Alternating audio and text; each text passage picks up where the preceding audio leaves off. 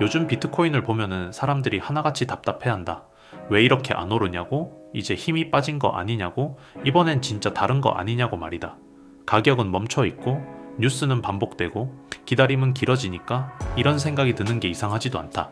비트코인은 항상 가장 조용할 때 가장 많은 의심을 받았고 그때마다 가장 중요한 시간이 조용히 흘러가고 있었다. 그래서 나는 지금 비트코인을 보며 이렇게 생각한다. 비트코인은 틀린 게 아니라 아직 시간이 오지 않았을 뿐이라고. 오늘은 왜 비트코인이 늘 이렇게 움직여 왔는지, 그리고 왜 이 자산이 결국 오를 수밖에 없는 구조를 가졌는지 정리해 보려 한다. 좋아요, 구독, 알림 설정을 눌러주시면 더 좋은 콘텐츠로 찾아뵙겠습니다. 여러분의 응원이 콘텐츠 제작에 큰 힘이 됩니다. 비트코인을 주식처럼 보면 안 된다. 주식은 회사의 실적을 사고 미래의 이익을 당겨오는 자산이다. 잘하면 오르고 못하면 떨어진다. 비트코인은 다르다. 비트코인은 누군가의 성과를 사는 자산이 아니다. 부동산처럼 봐도 안 된다. 부동산은 위치와 정책, 금리와 규제에 따라 가치가 크게 달라진다. 정부가 마음먹으면 규칙이 바뀌고 세금이 늘고 흐름이 끊긴다. 비트코인은 그런 자산이 아니다. 비트코인은 실적도 없고 배당도 없고 경영진도 없고 누가 책임지는 주체도 없다. 처음 보면은 이건 단점처럼 보인다. 하지만 시간이 지나면은 이게 오히려 가장 큰 장점이라는 걸 알게 된다. 대신 비트코인에는 다른 자산에는 없는 게 있다. 바꿀 수 없는 규칙이다. 총량은 2100만 개로 정해져 있다. 이건 목표도 아니고 계획도 아니고 약속도 아니다. 이미 코드에 새겨진 사실이다. 누가 집권해도 늘릴 수 없고 위기가 와도 찍어낼 수 없고 여론이 바뀌어도 수정할 수 없다. 이 단순한 규칙 하나가 비트코인을 완전히 다른 자산으로 만든다. 인류 역사에서 권력이 돈을 마음대로 찍지 못하게 만든 자산은 비트코인이 처음이다. 금도 아니고 은도 아니고 어떤 화폐도 아니다. 비트코인만이 처음부터 권력을 배제한 상태로 설계된 자산이다. 그래서 비트코인은 편한 자산이 아니다. 이해하는 데 시간이 걸리고 익숙해지는 데도 시간이 걸리고 믿기까지는 더 긴 시간이 필요하다. 이 자산이 정말로 사라지지 않는다는 확신, 누가 뭐라 해도 규칙이 유지된다는 신뢰, 위기가 와도 시스템이 계속 작동한다는 증명, 이게 하루아침에 쌓이지 않는다. 몇 달, 때로는 몇 년의 시간이 필요하다. 비트코인은 빨리 인정받기 위해 설계된 자산이 아니다. 오래 살아남기 위해 설계된 자산이다. 그래서 지금도 조용하고, 그래서 아직도 의심받고, 그래서 여전히 기다림이 길다. 하지만 이 구조가 바뀌지 않는 한, 이 규칙이 유지되는 한 비트코인은 시간이 지날수록 점점 더 불리해지기보다는 유리해질 수밖에 없다. 이건 전망이 아니라 구조의 문제다. 그리고 구조는 시간편이다. 2013년에는 비트코인이 실험이라고 불렸다. 가격이 멈추자 사람들은 떠났고 관심은 사라졌다. 하지만 그 시간 동안 네트워크는 멈추지 않았다. 2017년에도 그랬다.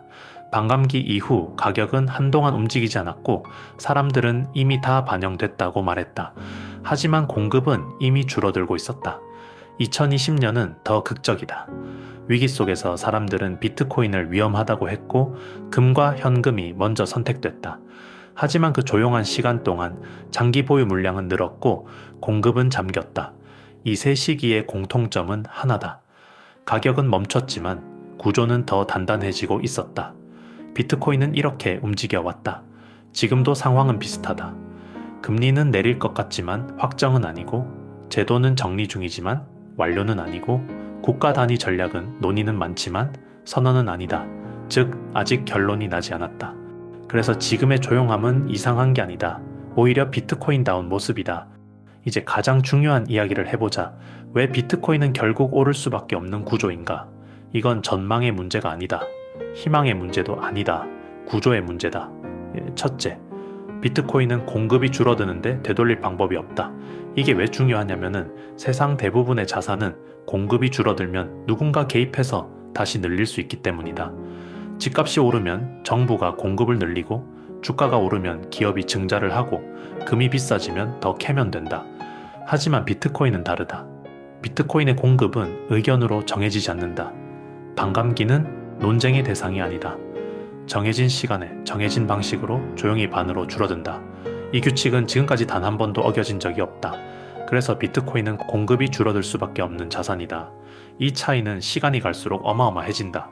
둘째, 비트코인은 지난 17년 동안 사라지지 않았다는 사실 자체가 이미 가장 강력한 신뢰다. 사람들은 종종 비트코인을 아직도 검증되지 않은 자산이라고 말한다. 하지만 냉정하게 보자. 17년 동안 단 한 번도 멈추지 않고 작동한 시스템이 세상에 얼마나 있을까? 수많은 위기가 있었다. 거래소가 무너졌고 국가가 금지했고 가격은 수없이 폭락했다. 그때마다 비트코인은 죽었다고 선언됐다. 하지만 시스템은 한 번도 멈추지 않았다. 그래서 비트코인은 이제 실험 단계가 아니다. 이미 검증의 단계를 넘어 존속의 단계에 들어간 자산이다. 시간은 비트코인 편이었다.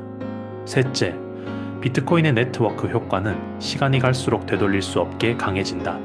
거래소 코인은 줄어들고 장기 보유자는 늘어나고 수요는 많아지지만 공급은 줄어들며 인프라는 확장된다. 이건 한번 만들어지면 사라지지 않는다. 네트워크는 눈에 보이지 않게 계속 조금씩 확장해 나간다. 가격이 오르든 내리든 관심이 줄든 늘든 이 축적은 멈추지 않는다. 그래서 비트코인은 조용한 시간이 길수록 오히려 더 강해진다. 넷째, 비트코인은 신뢰가 필요한 자산이 아니다. 이 말이 가장 중요하다. 우리는 보통 누군가를 믿어야만 자산을 맡긴다. 은행을 믿고, 국가를 믿고, 기업을 믿는다. 비트코인은 그걸 요구하지 않는다. 누구를 믿으라고 말하지 않는다. 대신 코드만 확인하면 된다. 이게 바로 비트코인의 핵심이다. 신뢰를 전제로 하지 않기 때문에 신뢰가 무너질수록 오히려 더 빛나는 구조다. 이건 시간이 갈수록 점점 더 유리해질 수밖에 없다. 이 네 가지는 각각만 봐도 강력하지만 함께 작동할 때 비트코인은 완전히 다른 자산이 된다. 공급은 줄어들고 존속은 증명됐고 네트워크는 커지고 신뢰는 강요하지 않는다. 이 구조에서 시간이 흐른다는 건 비트코인에게 가장 큰 우군이다. 그래서 비트코인의 상승은 기대가 아니라 구조적 귀결에 가깝다. 시간이 이 자산을 밀어 올리고 있다. 비트코인은 갑자기 오르는 자산이 아니다. 오를 때는 이미 오를 준비가 다 끝난 뒤다. 사람들이 왜 갑자기 오르냐고 말할 때 사실은 이미 수년 동안 이유가 쌓여 있었다. 그래서 비트코인의 상승은 늘 늦고 늘 크다. 비트코인은 이번에만 조용한 게 아니다. 항상 그랬다. 틀린 적은 없었고 다만 기다리는 시간이 늘 길었을 뿐이다. 나는 이 자산을 지금 당장의 가격으로 보지 않는다. 아이들이 자랄 시간, 화폐의 신뢰가 시험받을 시간, 국가의 규칙이 바뀔 시간을 함께 견딜 수 있는 자산으로 본다. 비트코인은 오를 거냐 말 거냐의 문제가 아니라 시간이 누구 편이냐의 문제다. 그리고 나는 시간은 비트코인 편이라고 믿는다. 그래서 지금이 조용해도 나는 서두르지 않는다. 비트코인은 틀린 게 아니라 아직 비트코인의 시간이 오지 않았을 뿐이기 때문이다.